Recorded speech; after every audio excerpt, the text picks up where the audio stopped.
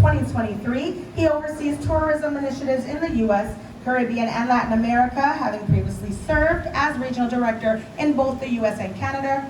Mr. Rose, are you here? He is? He's coming? Here he is. Thank you so much for all that you do.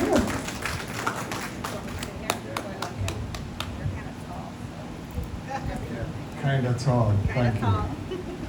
You said you're a Jamaican? My parents, I was born in New York. But you married a Trini? I did.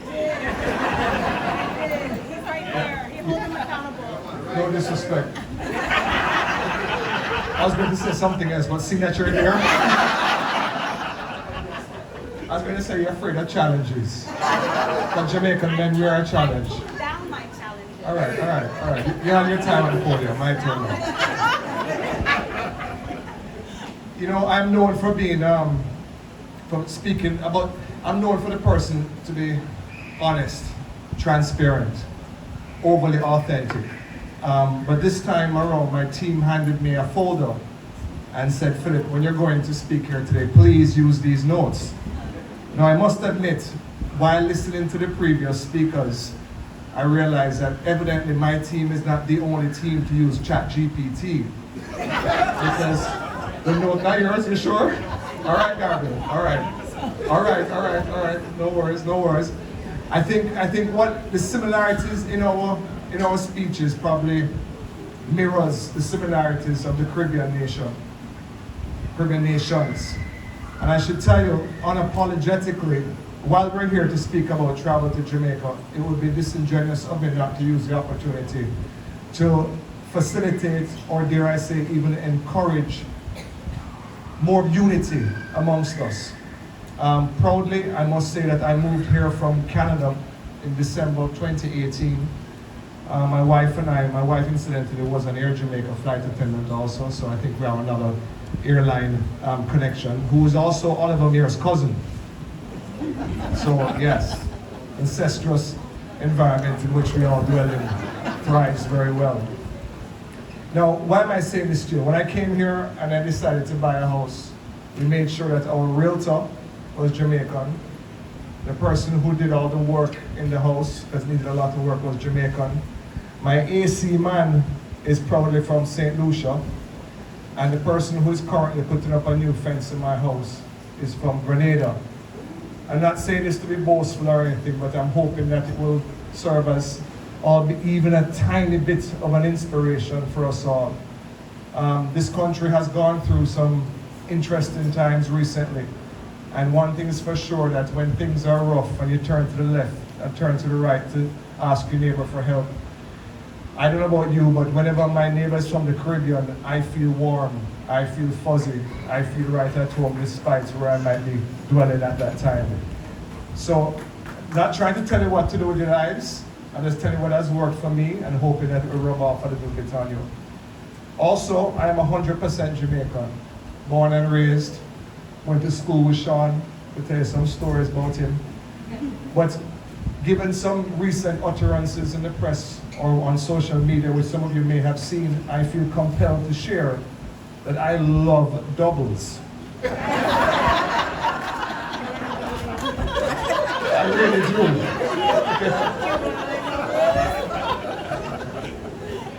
I prefer ackee and saltfish, but I really love doubles. So I want to make sure that I stay on script. So I'm going to read an excerpt of what was shared with me, because I refuse to follow the script, all right? Now, we all know that Jamaica has this uncanny ability of welcoming the world with open arms, while being authentic and true to ourselves. We're probably the only nation on earth that I know that can spot something, a particular idiosyncrasy, a particular physical attribute which you may be proud of or you may be ashamed of, but we're going to zone in on that one thing and greet you with warmth while pointing out the one thing that you're trying to hide. Sometimes it's welcomed warmly, sometimes it's not. I knew as a kid growing up in Mona, I don't know if anybody appears familiar with Mona, we had a lady who unfortunately was born with one eye. And for the domino players in the house, you'd probably laugh when you hear this, that we used to call her S Blanc. You domino people don't know S Blanc. I also reminded of the gentleman who unfortunately had a hand, one arm was longer than the other, and he was affectionately referred to as Clock. Now, why am I sharing these things with you? We never said these things in a disparaging way. We are merely showing that even the things that you try to hide sometimes that you may not be proud of, in Jamaica you can be unbridled, you can be free, non-judgment. We're going to laugh, we're going to have fun with each other, and it doesn't matter what you think, it doesn't matter who you are, it doesn't matter what title you hold. We are the land of one love and we take it seriously. Now I'm here quickly to tell you about tourism in Jamaica. Jamaica is not just a destination, it's an experience that transcends borders. Our visitors come from all over the world, whether it's loyal members of the diaspora returning home to go and eat some ackee and saltfish with grandma, whether it's adventure seekers looking to explore the beautiful Blue Mountains, whether it's leisure travelers indulging in our resorts, or business professionals attending conferences and corporate retreats. Now, each segment of our travel market plays a critical role. The diaspora market, which I suspect most of you fall under, remains a key pillar. I want to stress this. The diaspora travelers to Jamaica, you are our most important visitors. Does anyone care to know, does anyone know why? It's a very simple thing. You're not the ones who are going to go to Jamaica and stay within the confines of the lovely all-inclusive resorts. You're not going to be the one to stay in the boutique villa and not go outside. No. One of the first things you're going to do, you're going to go to the supermarket, you're going to stock up the fridge for grandma. You're going to go to the corner bar, you're going to put on a round of drinks for your friends. You're going to go to church that Sunday or Saturday or whatever your religious proclivities facilitate, and you're going to put some money in that little bag that is being passed around. You're going to have an immediate impact on my economy, on our people. And for that, I'm wholeheartedly grateful. And I really hope that you're understanding what I'm saying. We value you in more ways than you could ever imagine, and we want you to come down to Jamaica and enjoy it over and over again. Now I'm going to close this because I'm not going to speak anymore on this particular thing, but I'm going to say something. Jamaica is arguably the most award-winning destination in the Caribbean. And the thing that makes us most proud is the confidence that our partners have put in us. The confidence that you can see in the expansion of resorts. We opened up some 2,000 rooms last year. The confidence that you can see in the airline partners. And so Caribbean Airlines, you've been a strong partner of ours. We salute you. We thank you.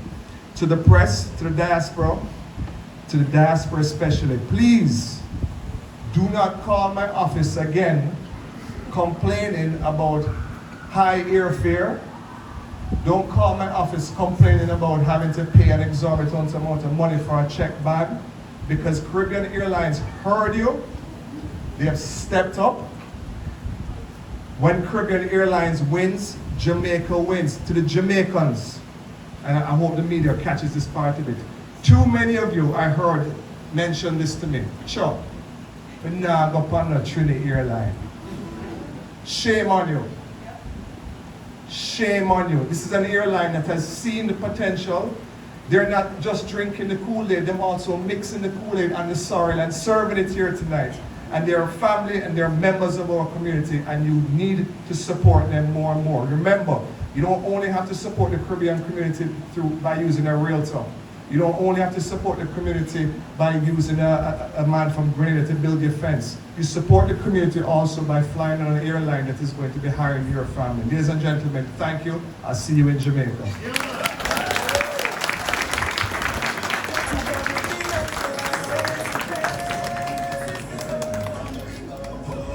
Thank you so much. All right, again, that was Philip Rose, Deputy Director of Tourism, but you can call his office to tell him how great his speech was.